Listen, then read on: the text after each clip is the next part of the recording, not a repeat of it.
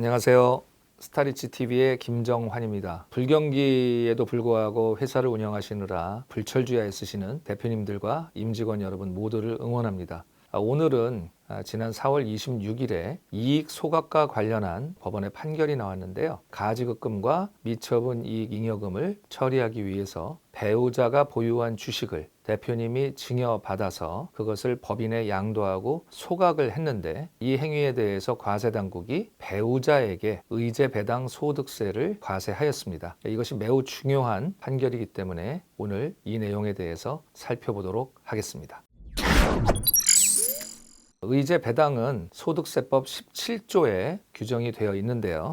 의제 배당이란 다음 각호의 금액을 말하며 이를 해당 주주, 사원, 그 밖의 출자자에게 배당한 것으로 본다. 주식의 소각이나 자본의 감소로 인하여 주주가 취득하는 금전, 그 밖의 재산의 가액 또는 퇴사, 탈퇴나 출자의 감소로 인하여 사원이나 출자자가 취득하는 금전, 그 밖의 재산의 가액이 주주, 사원이나 출자자가 그 주식 또는 출자를 취득하기 위하여 사용한 금액을 초과하는 금액, 이것을 의제 배당으로 본다는 것입니다. 말 그대로 배당으로 간주한다, 이런 뜻입니다.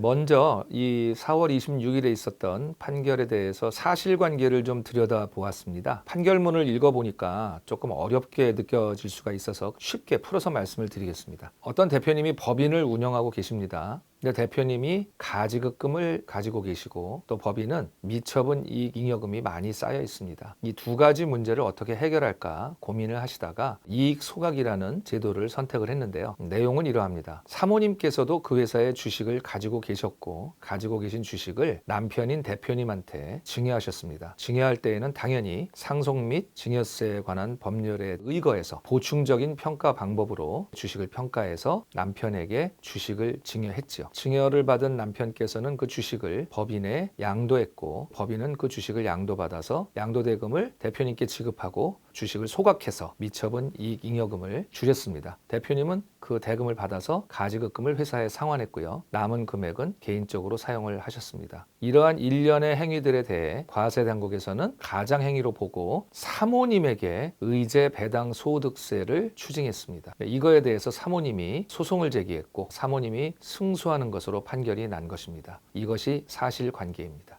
모든 재판과 판결에는 원고와 피고가 부딪히는 쟁점이 있습니다. 이 쟁점을 한번 살펴보면요.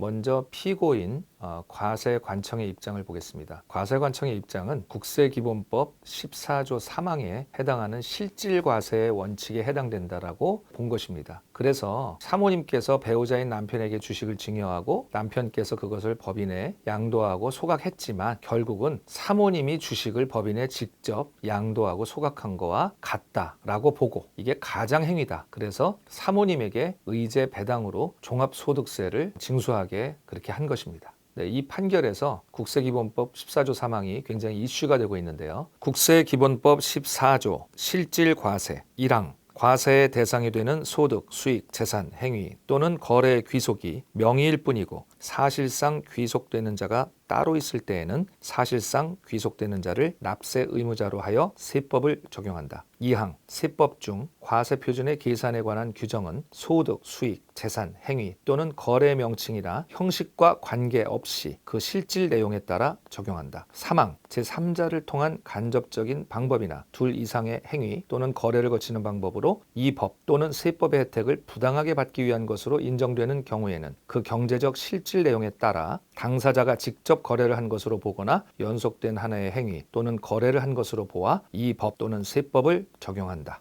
피고인 과세관청의 입장을 보았고요. 이번에는 원고인, 즉 사모님의 입장을 한번 살펴보겠습니다. 사모님께서는 본인이 보유하고 계신 주식을 상증세법상의 보충적 주식평가 방법으로 평가해서 5억 8천만 원어치의 주식을 남편인 법인 대표에게 증여를 했습니다. 그런데 여러분도 잘 아시다시피 배우자 간에는 상호 간에 10년마다 6억까지 무상으로 증여할 수 있는 한도가 있습니다. 근데 5억 8천만 원이다 보니까 6억 아래니까 증여받은 대표님께서는 납부할 증여세가 없었던 것이죠. 그리고 대표님은 그 주식을 증여받아서 그 5억 8천만 원어치를 그 가액 그대로 법인에 양도했고 법인은 그 주식에 대한 양도대금을 대표님한테 지급을 했는데 대표님이 증여받은 금액과 법인에 양도한 금액의 차액이 없었기 때문에 양도소득세도 낼 것이 없었던 것이었습니다. 대표님은 이 대금을 받아서 가지급금을 상환을 했고 일부는 대표님이 사용을 하셨다고 합니다. 그리고 법인은 주식을 소각해서 미처분 이익잉여금을 줄였죠.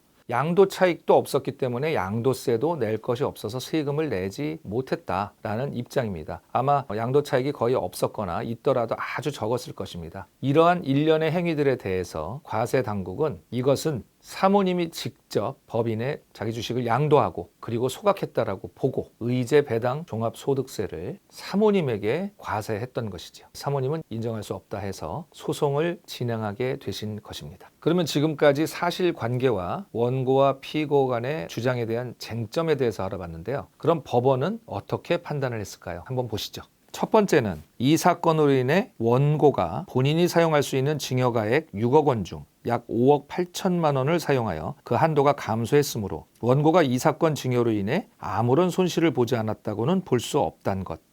두 번째, 법인은 임시주주총회를 열어 이 사건 주식을 매수하고 소각하는 것을 적법하게 결의하였고 실행하였기에 상법상의 절차를 준수하여 가장행위라고 볼 수 없다는 것. 세 번째, 과세관청은 국세기본법 14조 3항의 실질과세 원칙을 적용하였으나 이 사건의 증여와 양도는 모두 유효한 법률 행위로 특별한 사정이 없는 한 그 법률 관계를 존중해야 한다는 것.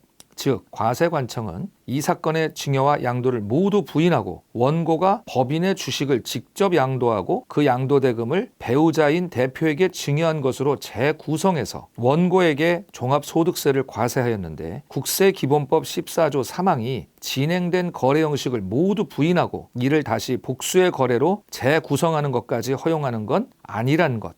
네 번째, 대표는 부인의 주식을 증여받아 양도하여 받은 대금을 양도대금으로 가지급금을 상환했고 나머지도 대표가 사용을 했으므로 이 사건의 주식 소각으로 인해 생긴 소득이 최종적으로 대표에게 귀속된 것이지 원고에게 귀속된 것으로는 볼 수 없다는 것. 또한 증여받은 금액과 양도한 금액의 차이가 없어서 대표가 양도소득세를 부담하지 않게 되었다고 해서 이걸 원고가 의제배당 소득세를 회피하기 위해 이 거래를 했다고 단정할 수는 없다는 것.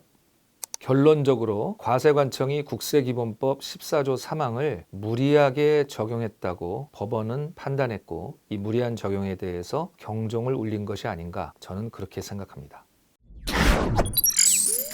판결의 내용에 대해서 우리가 주목할 점이 있는데요.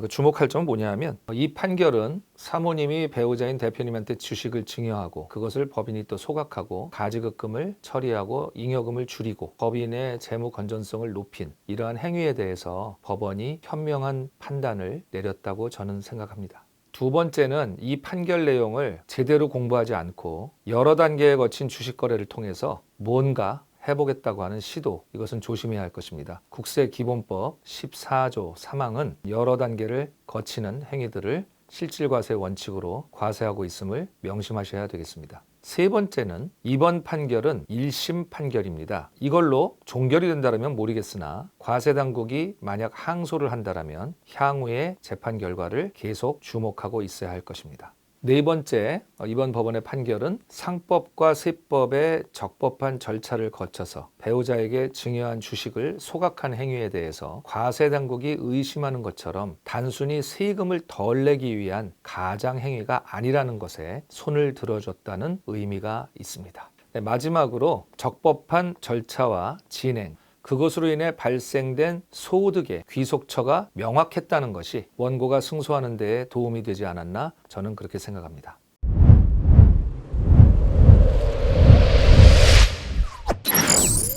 네, 지금까지 지난 4월 26일에 있었던 이익 소각과 관련된 법원의 판결 내용에 대해서 살펴보았습니다. 결론적으로 말씀드리면 이익 소각을 하는 데 있어서의 적법한 절차를 준수했는지 소득이 최종적으로 누구에게 귀속되었나 이것이 관건이었다고 봅니다. 또한 개인이 개인의 재산권을 행사하는 것에 대해서 그 권리를 법원이 인정한 판례라고 저는 봅니다. 네, 오늘도 유익한 시간이 되셨습니까? 여러분도 잘 아시다시피 많은 내용을 이 짧은 시간에 다 담을 수는 없었습니다. 궁금하신 점이 더 있으시면 아래 더보기와 고정 댓글에 링크가 있습니다. 거기에 상담 신청을 해주시면 제가 찾아뵙고 자세한 상담을 해드리도록 하겠습니다. 오늘 오랜만에 부탁 한번 드려볼까요? 구독과 좋아요 잊지 마시고 응원 댓글도 달아주시면 감사하겠습니다. 다음 이 시간에도 저는 더욱더 유익한 컨텐츠와 정보를 가지고 찾아뵙도록 하겠습니다. 감사합니다. 지금까지 스타디스TV의 김정환이었습니다.